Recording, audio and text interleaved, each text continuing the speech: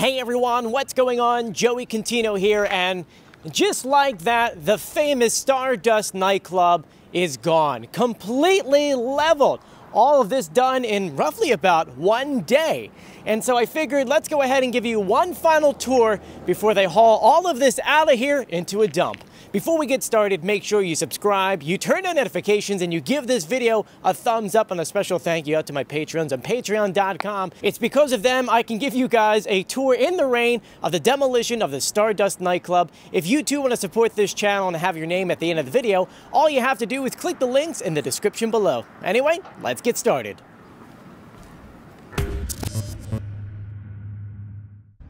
Our friend Cindy from Keller Williams Jersey Shore sent this video our way. This is the final walkthrough of the Stardust just moments before they started demolition.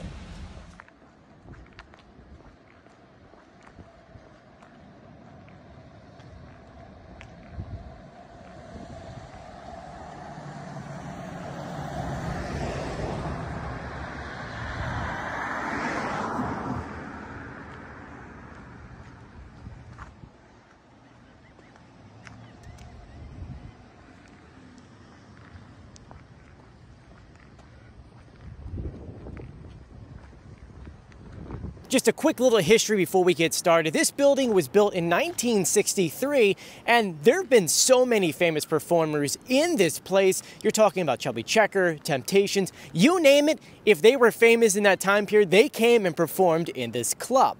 Fast forward to 2018, unfortunately, these kind of clubs started dying down. I mean, you look at Pacific Avenue, from H2O to Empty Bottles, you name it. Unfortunately, Pacific Avenue was not known as the bar district anymore. That actually moved to North Wildwood, leaving places like this to unfortunately dwindle down until, well, no one started going to them. Now, the history of this property and several others changed in 2019. That's when an LLC that linked back to Choice Hotels purchased not only the Stardust, but the lot next to it, Colleen's, which used to be the old Neil's, and then that had another property which was located on the other side of the street. It was around that time that Choice Hotels put together a massive plan to turn these lots into a 96-room motel. This thing was going to be massive and kind of doo-woppy at the same time, and then it just kind of fell apart. They got approved from the city, they got approved from CAFR, which is the biggest step, and then eventually they decided to pull out of the project, leaving everyone to wonder, hey, what is going to happen to all of this property? Now we fast forward to roughly a week ago, where there looks to be a private sale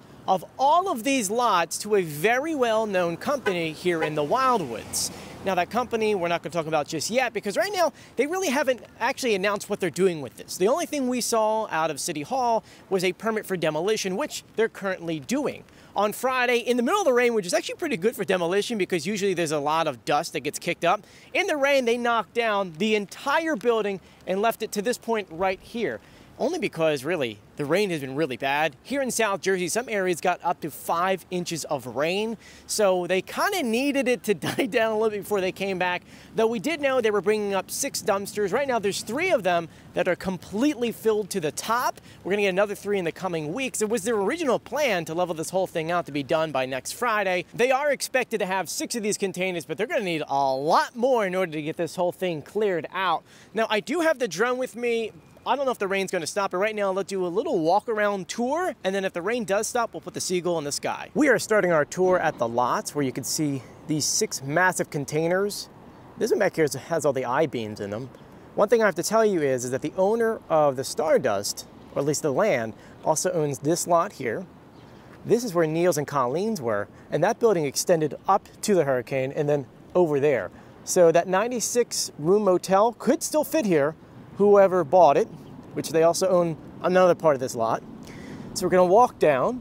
These containers are gonna be taken out within the next few days. They're gonna need at least 12 more to clear this stuff out. You can see they just teared it down. Well, it smells really bad, by the way. I don't know if it's because it's wet or this is just the way that it smelled inside. It's been locked up for a while. Here's the front door.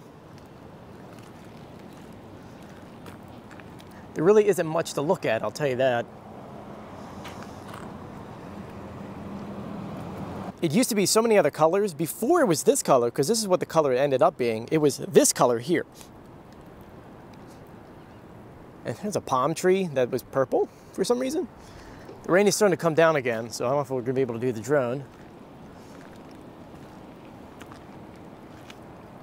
I was speaking to a lot of great people who stopped by to say hello. Everyone's talking about the beautiful memories they had here. And as I'm being told, there's gonna be more beautiful memories once this is cleared and the next thing's gonna be built. So, like one of the front pieces here, or the facade. Woo, it's getting cold out. You can see this used to be some kind of sign. Not sure what it said.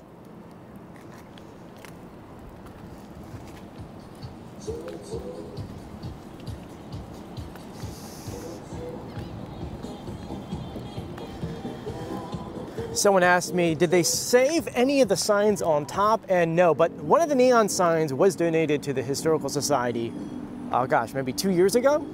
So you can go check that out. The crews did a great job ripping this down. They made sure to sort out the things first. So first they knocked it down and then they took the beams out because these are worth money, it's scrap money. So they'll take those away and then they'll dumpster all this stuff out. A lot of people asked, was there a tour inside before it was demolished? No, we did not get one. Not many people knew about this. We actually were the ones that broke the news story. So we actually found out 24 hours in advance. That's when the permit was finally put up.